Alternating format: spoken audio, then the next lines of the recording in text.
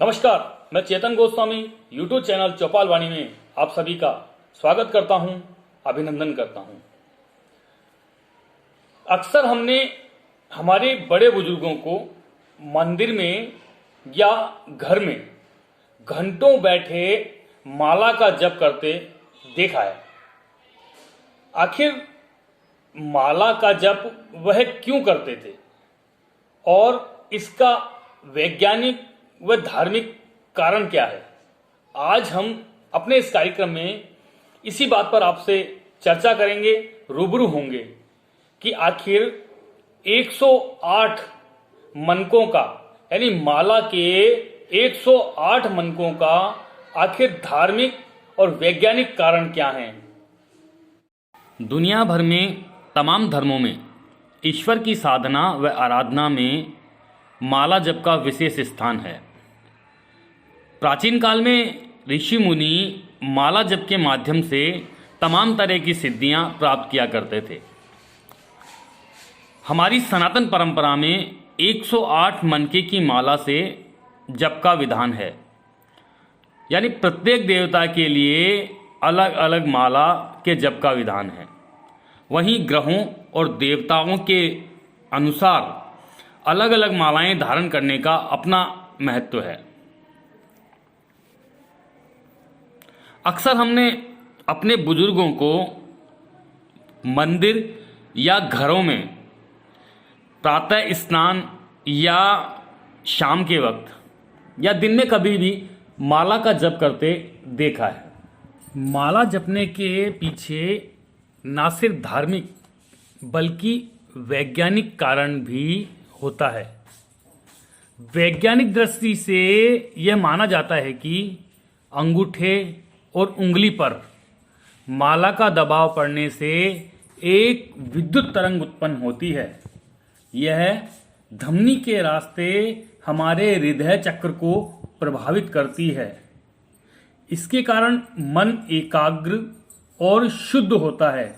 वहीं तनाव और चिंता से भी हमें मुक्ति मिलती है।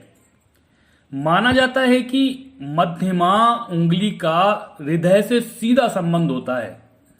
हृदय में आत्मा का वास होता है, इसलिए मध्यमा उंगली और अंगूठे से जप किया जाता है। अंकशास्त्र के अनुसार मूलांक यानी 1 से लेकर 9 अंक तक के अंक नवग्रहों के प्रतीक माने गए हैं। इसी प्रकार दर्शन शास्त्र में भी अंकों के संदर्भ में सटीक व्याख्या की गई है। हमारी श्वास की संख्या के आधार पर 108 दानों की माला स्वीकृत की गई है। 24 घंटों में एक व्यक्ति 21,600 बार श्वास लेता है।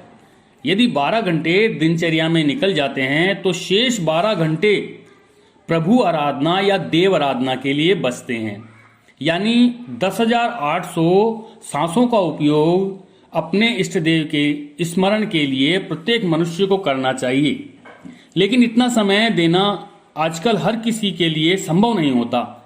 इसीलिए इन संख्या में से अंतिम 2 शून्य हटाकर यानी शेष 108 सांसों में ही प्रभु को ध्यान करने की या प्रभु के स्मरण की मान्यता प्रदान की गई। एक मान्यता के अनुसार एक वर्ष में सूर्य 2,16,000 कलाएं बदलता है।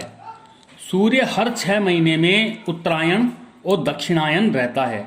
इस प्रकार 6 महीने में सूर्य की कुल कलाएं 1,80,000 होती हैं।